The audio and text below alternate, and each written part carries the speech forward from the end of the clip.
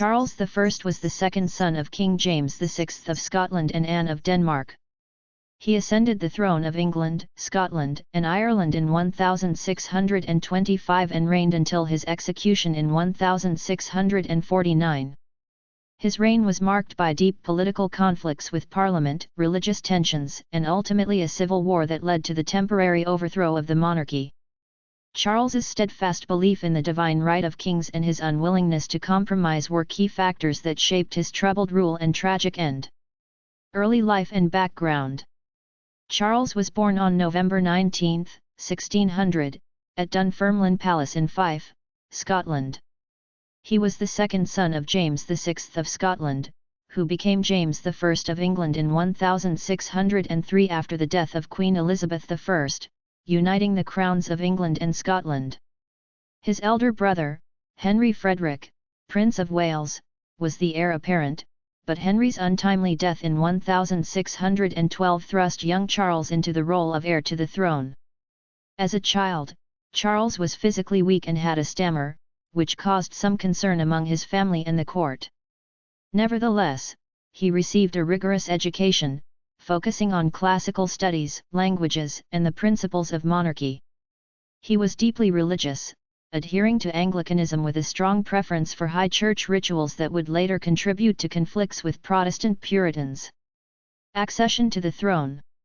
Charles became king in March 1625 following the death of his father. Shortly after ascending the throne, he married Henrietta Maria of France, a Catholic princess. This marriage was unpopular with many of his Protestant subjects and Parliament, fueling fears that Charles was sympathetic to Catholicism, a serious accusation in deeply Protestant England. From the beginning of his reign, Charles had a difficult relationship with Parliament. He inherited his father's belief in the divine right of kings, the idea that monarchs derive their authority directly from God and are not accountable to earthly powers such as Parliament. This belief would be at the heart of Charles's political downfall. Reign and conflicts with Parliament. Charles's reign was dominated by repeated clashes with Parliament over issues of taxation, military spending, and royal prerogative. Parliament was reluctant to grant him money, especially for costly and poorly managed foreign military ventures. In response, Charles dissolved Parliament several times and attempted to raise revenue without its consent through methods like forced loans, ship money, and monopolies. In 1629, after a particularly tense standoff, Charles decided to rule without Parliament altogether, entering a period known as the Personal Rule or the 11 Years' Tyranny. During this time, he enforced unpopular religious reforms under the influence of his Archbishop of Canterbury, William Laud, which sought to impose uniformity in church practice and reintroduce more ceremonial elements. These policies alienated large segments of the population, especially Puritans who wanted further reform of the Church of England.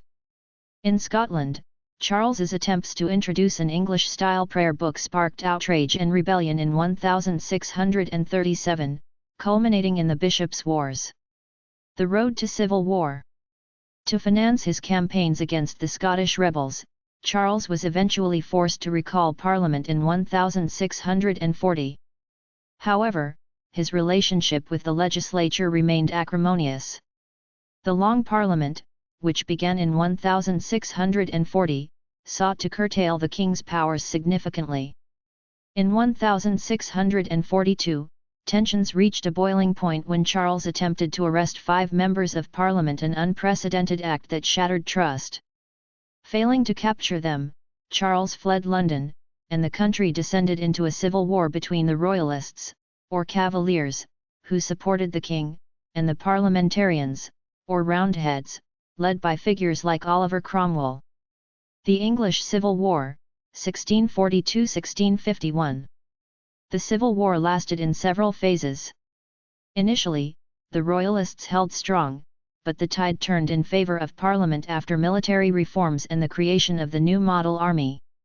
Charles was captured by the Scots in 1646 and handed over to Parliament. He managed to escape and reignite the conflict in 1648, the Second Civil War, but this renewed struggle ended in his final defeat. Parliament, now dominated by radicals and Puritan factions, decided to put Charles on trial for treason, an unprecedented move against a reigning monarch. Trial and execution. Charles was tried in January 1649 by a specially established High Court of Justice.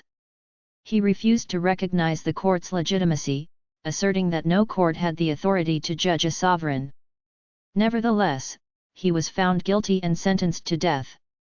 On January 30, 1649, Charles I was executed outside the Banqueting House in Whitehall, London. His calm and dignified demeanour on the scaffold earned him sympathy, and many contemporaries and later royalists considered him a martyr. He was buried at St. George's Chapel, Windsor Castle. Legacy. Charles I's execution marked a profound turning point in British history. It was the first and only time an English monarch was tried and executed by his own people. The monarchy was abolished, and England briefly became a republic, the Commonwealth of England under Oliver Cromwell. However, the republic was short-lived. In 1660, the monarchy was restored under Charles's son, Charles II, who returned from exile. Charles I's legacy remains deeply divisive. To some, he was a principled monarch defending tradition and order; to others, a tyrant who would not yield to necessary constitutional reform. His reign helped shape the future of constitutional monarchy in Britain and remains a subject of intense study and debate among historians. Thank you for watching. Please subscribe our channel.